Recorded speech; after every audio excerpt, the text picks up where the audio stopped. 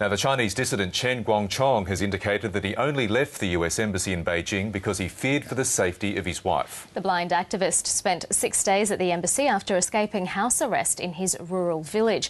China analyst and AusThink consulting director Dr Paul Monk joins us in the studio. Thank you for being here. Good morning. Now, do we know exactly how this was facilitated? Did it come from the Chinese or the American side? The honest answer is I don't know. I mean, these kinds of talks are generally confidential. But it was a delicate situation for both of them, and it will remain delicate for a little while. What's going to be very interesting is to see how the Chinese now handle the situation from a public relations point of view. It was a pretty tense diplomatic standoff, wasn't it, between the US and China, two countries, of course, with a checkered past. Yeah, sure. And it came at an awkward time for China also because the party had just recently, in the context of the Bolshoi affair, trumpeted its support for the rule of law. Yeah. But here's a man who has made a career of standing up for people's rights under the law and been persecuted for it. So it's put them in an interesting and perhaps awkward position.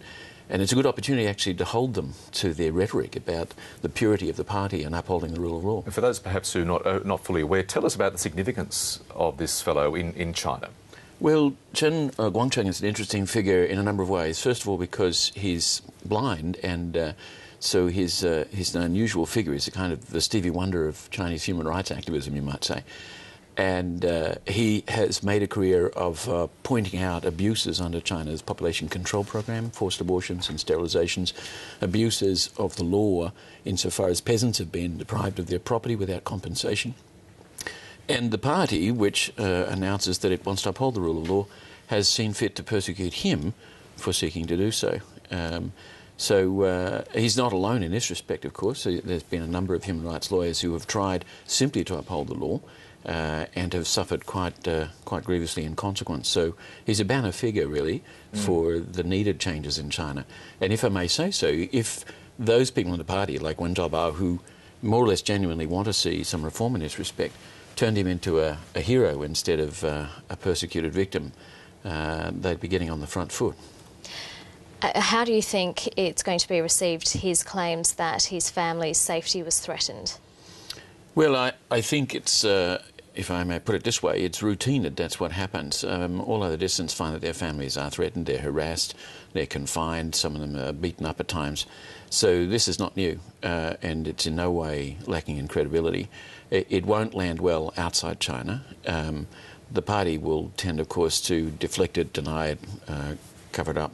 But it's in general under pressure to clean up its act in this respect, except the pressure tends to be episodic and relatively gentle.